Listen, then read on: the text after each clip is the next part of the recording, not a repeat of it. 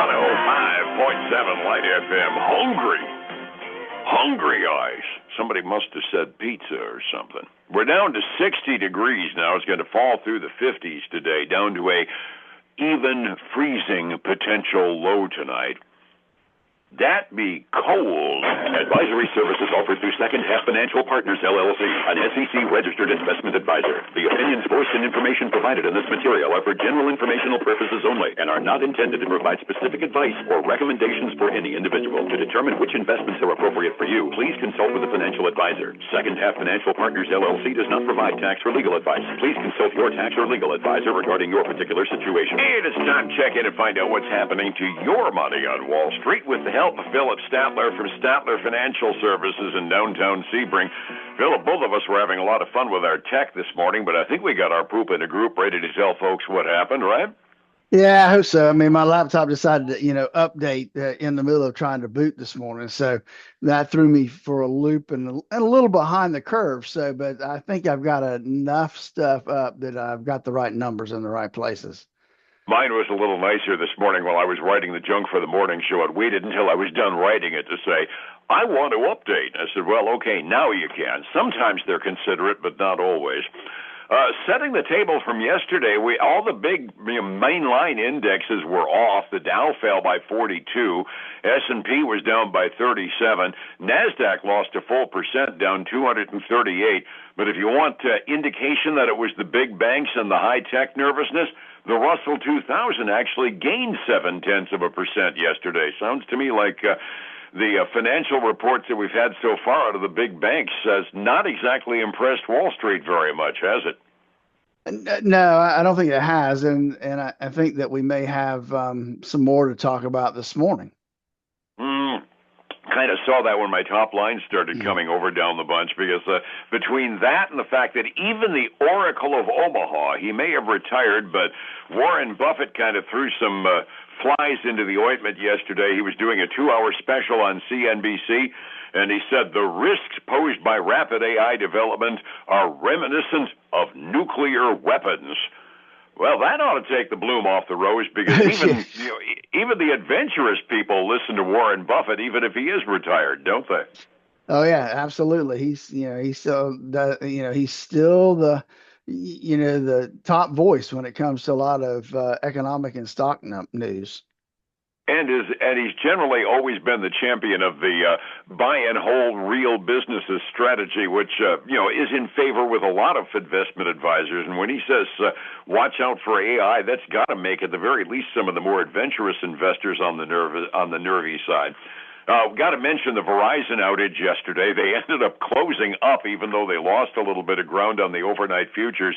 I've never asked if your cell phone is on Verizon or not. Mine is, but I got cooped up in the office for the bulk of the day, and I use Wi-Fi calling as a backup. I didn't know it had happened until I left the office yesterday.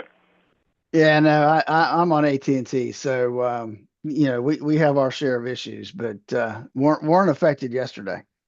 Rumor had it out that it was a cyber attack. Verizon late last night said no, it was not, but I was kind of checking, just curious as to what happened to their stock yesterday, and they actually gained a few 0.1% yesterday, so evidently going down for a full day didn't kill their stocks at the very least. Other tidbits going on. Google has been flying high lately. Can't wait to hear what their report is later in earnings season, but good heavens, they're worth $4 trillion now. Right up there in the league with NVIDIA and Apple, aren't they? Man, that's get up there, isn't it? Yep, and they ended up, well, the biggest thing that really got them going was they managed to steal Apple's AI business away from Anthropic and OpenAI, which hurts nobody's feelings at Google one tiny little bit, because it gives them a leg up with their stuff.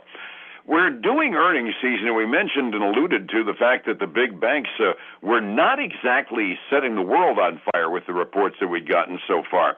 Oh, I almost forgot. The one bit of economic news that comes out today, first-time unemployment claims. I was shuffling through there. You got the number before I did. 198,000 first-time unemployment claims? 198,000 versus 215,000 expected. And that's lower than what it was last week at 207.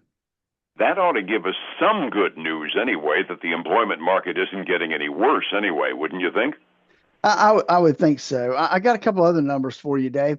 U.S. Yeah. import prices. Now, this is a combined number for October and November. They squished them together. Hmm. Um, and they were up 0.4%. The expectation was for them to be down 0.2%. So kind of a miss there.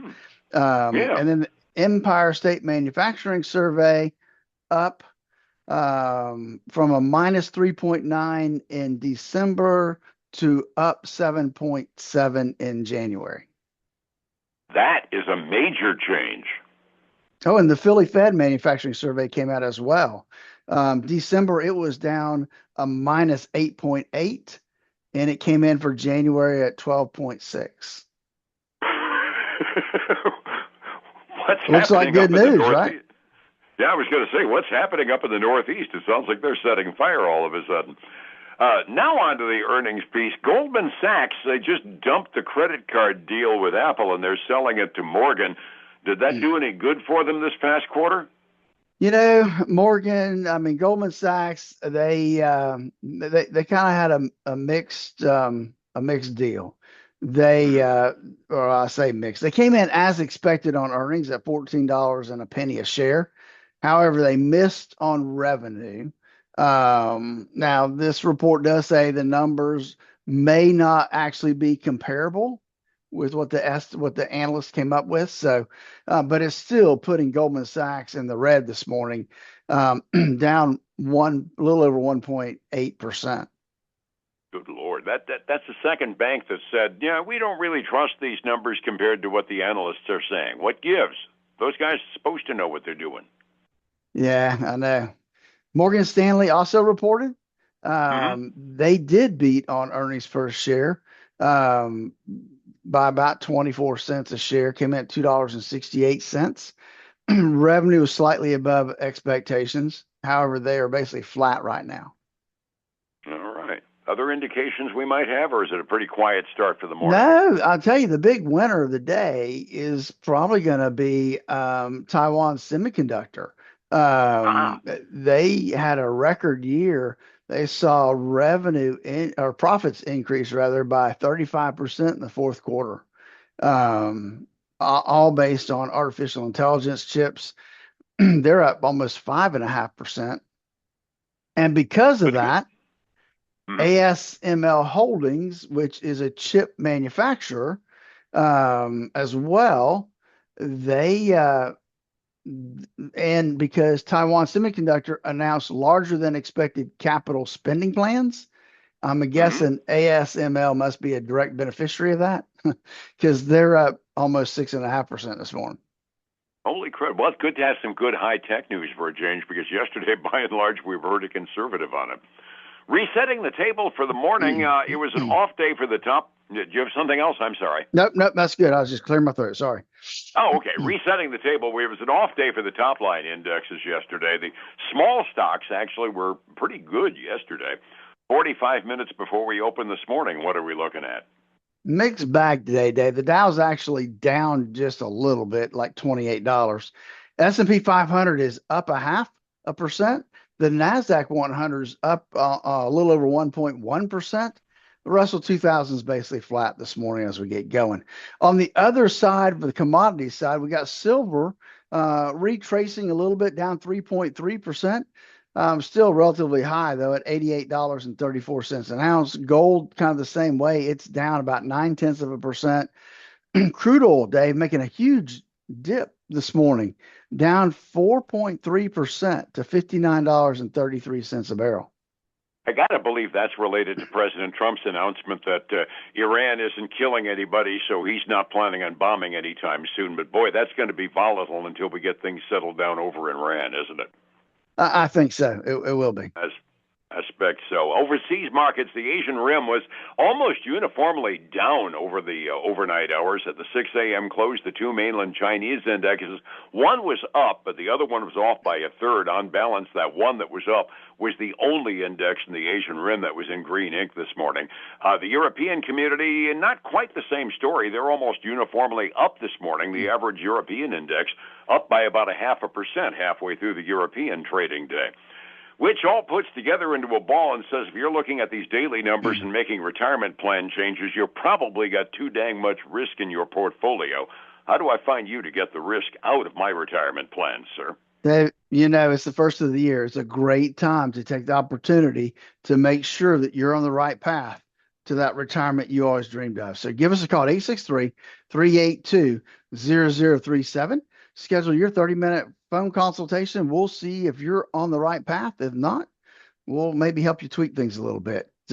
Again, 863-382-0037. And then join us this weekend for the Statler Financial Radio Show, 6 a.m. and noon on Saturday, 10 a.m. Sunday morning on Highlands News Talk, 7:30 a.m., 95.3 FM. And you can check us out at statlerfinancial.com, and there's a link right there where you can watch old shows. Got you covered, and I do appreciate it, sir. We'll see you tomorrow. Fair enough? Fair enough, but have a great day. Thank you. It's 105.7 Light FM and Statler Financial Services. Philip Statler. Hey, folks, again, I want to thank you for joining us today. Have a great day. I look forward to speaking to you next week. Bye now.